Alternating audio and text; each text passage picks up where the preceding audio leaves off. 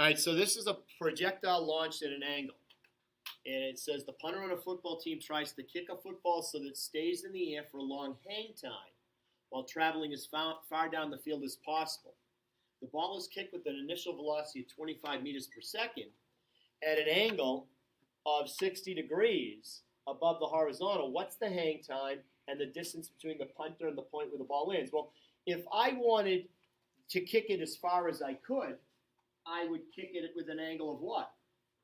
45 degrees, because that would get me the longest distance. But if I kick it at 60, it's going to be in the air longer. And if the ball's in the air longer, my team will be able to get downfield to defend the punt. You know, they'll be in position where they'll probably have to call a fair catch at 60 degrees because it's going to be in the air longer. So I want to solve this problem that way. Now, I told you don't need pictures for these problems, but it is a good idea somewhere to have at least the picture of the velocities, because if I'm going to use trig functions, I should have to justify why I'm saying Vox and Voi are what they are. So here is, if this is Vo, then this is Vox, and this is Voi. And the angle is right there. Okay, so that's my picture. Now, as soon as it's shot, you're going to now have a curve, a parabola below that line, because if there was no gravity, the object would just continue to move in that direction. But because of gravity, it's going to go like that. So that's going to be the shape that it's going to take. So if I draw it in, you don't have to, but that's probably a visual of what's happening in this problem. So first thing I'm going to do is list my facts. So if I list my facts, I need to keep my x facts separate from my y facts. So this is my step one, because this is where I'm listing the facts. We always know the acceleration in both the x and the y direction. So before I even read the problem, I know I can write those because we ignore air resistance. So the acceleration in the x direction is 0. But we include the effect of gravity. So that's going to be negative 9.8 meters per second squared. So I know those two. And since they did give me, in this problem, the original velocity and the angle, I know this and I know the angle. Well, if I know the original velocity and the angle, I can solve for these two. So Vox is going to equal the hypotenuse, Vo, times the cosine of the angle. Because the Vox is the adjacent side of this triangle. If that's the angle I'm using as my reference angle, that's the adjacent side. This is the opposite side. So the opposite side is the sine. So it's going to be Voi is going to equal Vo times the sine of the angle. And then I'll just plug in the numbers. So this is going to be 25 meters per second times the cosine of 60 degrees. Now, I know the cosine of 60 degrees is the same as the sine of 30. The sine of 30 is a half. So without using the calculator, I know this number is going to be 12.5 meters per second. Now, in the y direction, it's going to be 25 meters per second times the sine of 60 degrees. And that I'm going to have to do in my calculator. I think it's 21.4.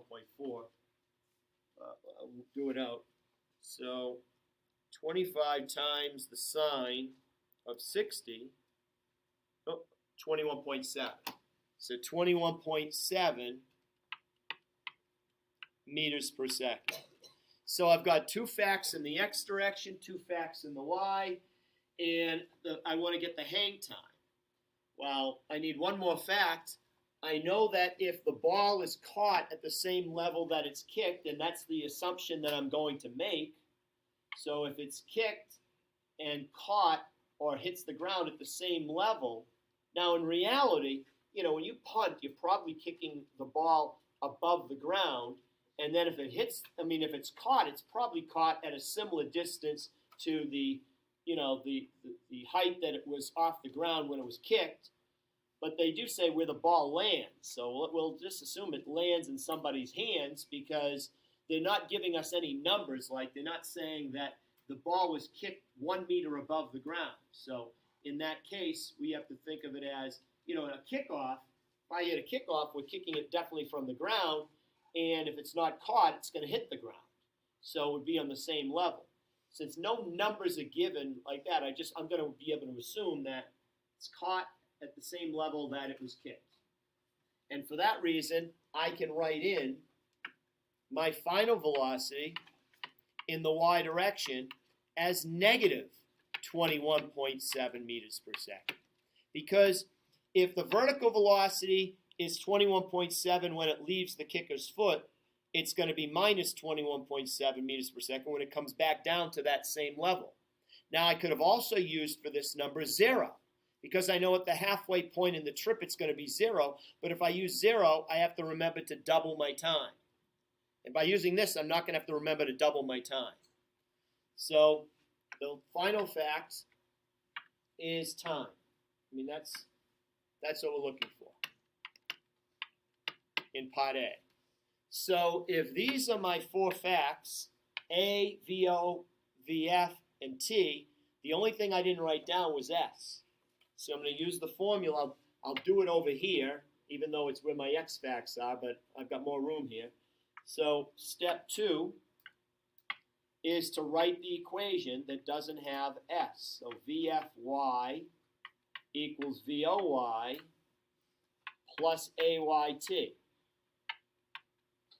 If I want to solve this for T, T will equal, I'm going to move the VOY over, so it's going to be VFY minus VOY, and then I'm going to divide by AY. So T will equal VFY minus VOY over AY.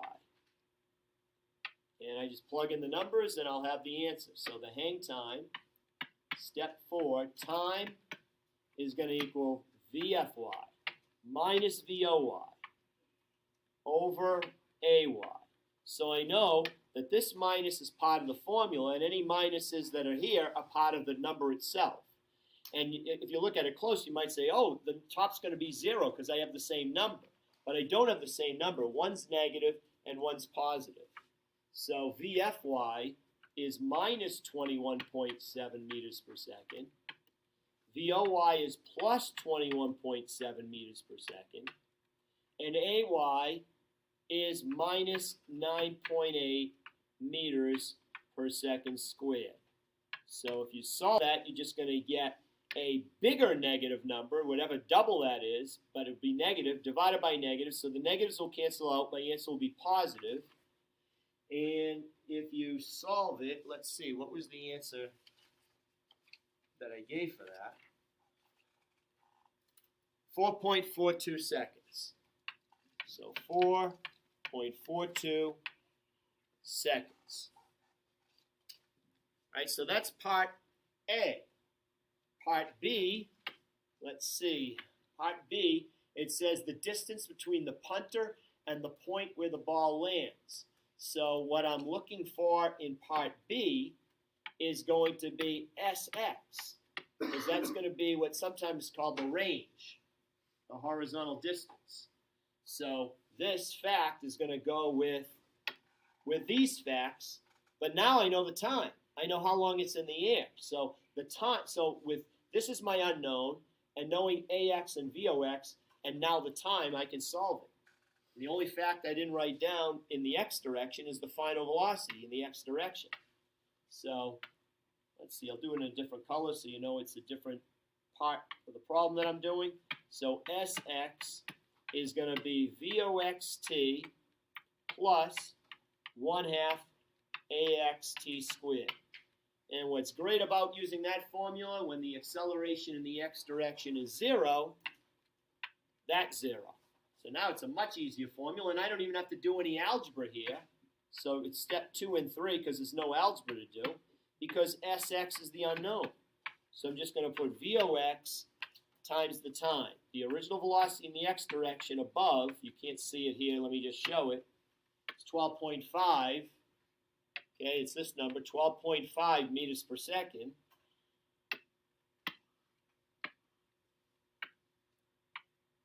And the time, again, I have to make sure, do I want the full time or do I want the half time? Because if I was solving for maximum height, I would take this number right here and divide it by 2. Because this is the whole time, from when it left the kicker's foot until it's caught. So I want the full time to solve this problem. So I'm going to use 4.42 seconds. And if you multiply those together, you get the answer that I gave, which should be 55.3 meters. So your answer for part A was 4.42 seconds. That was the hang time, how long it was in the air, and that's how far it went horizontally.